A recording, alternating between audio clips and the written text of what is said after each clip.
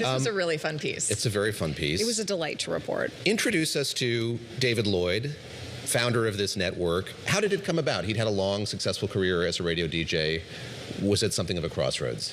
He was definitely at a crossroads. So this was in the early days of the pandemic. He was 59, and he had been kind of phased out of his job. He was in music radio, very youth-oriented industry, and his husband had just been laid off from his DJ job, and all of his peers were kind of being phased out, taking consulting jobs.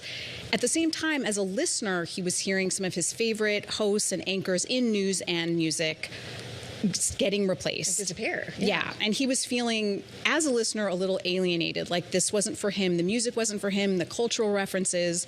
And so he had this idea. He thought, I think there's an audience for this. What if we made a radio station for older people? He emailed his old boss, who immediately emailed him back with a spreadsheet. Amazing. And said, I think we can make this work. That's all good bosses do. Yeah, exactly. Ready with the spreadsheet. Yeah. And he took money out of his pension. They started this. He said they called all these legendary presenters. He said everyone said yes. Incredible. And now it's this huge success. They have more than 1 million listeners a month. They've spun off 2 other stations.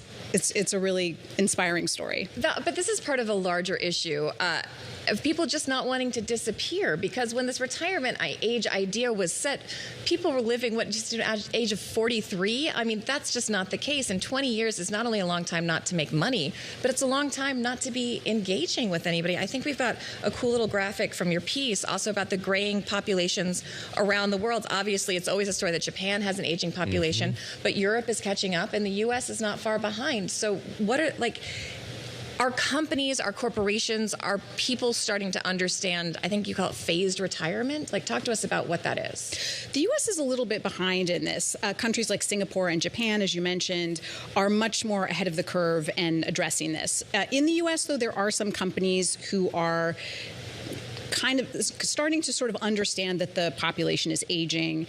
One of the interesting company, Microsoft, is doing something interesting. So they have kind of a phased situation where when you're ready to retire, you can go from full-time to part-time, but keep your full benefits. Which is huge. Yeah. And then people can kind of mentor younger workers, create space for them, engage in teams, and still contribute and be active, but have some more freedom. I think about this I was raised in a university town. This is really a facet of academia. The professors talk about phased retirement. It has been something that's been available to them for a long time.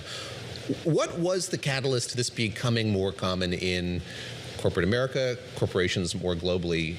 Was it recognition of the demographics? Was it agitation by workers who perhaps wanted to stay longer, maybe not do as much as they were doing? How did it come about? How did this become more of a zeitgeisty thing than it had been?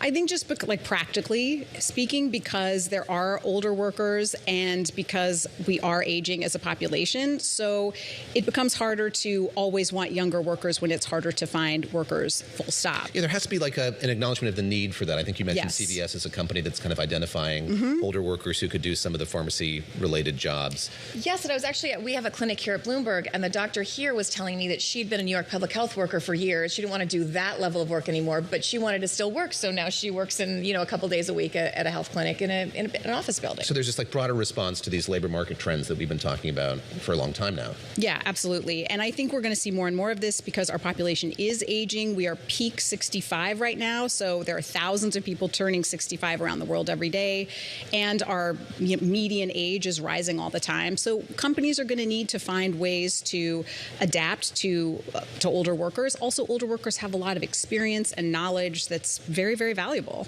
Boom Radio, as you say, a success. I mean, as these guys who founded it talk about it, was the aspiration for it to be more of a hobby, or are they at all astonished at how big it's grown, and now that they're making money off of it, it's become a I thought there was an growing audience concern? for it. Yeah. They were astonished, yes. David Lloyd said, none of us can quite believe how big this has become. And he said, he's working 7 days a week. He says he wants to pull his hair out sometimes. But he said, and I quote, I've thought about this quote a lot. He said, this is by far the most fulfilling, beautiful thing I've ever done in my entire life. And if I die tomorrow, I'll feel like I've done it.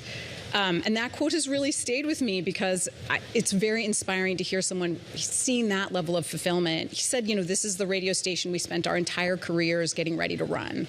And it just seemed like a really beautiful example of someone using all the experience they had to create something new and really fulfilling. That's amazing, because why can't you create something new at 50? Why isn't it just as exciting and new in the last 30 years of your life as it is the first 30 years of your life? I thought the whole thing was incredibly inspiring, and it seems like it's going to stick with you.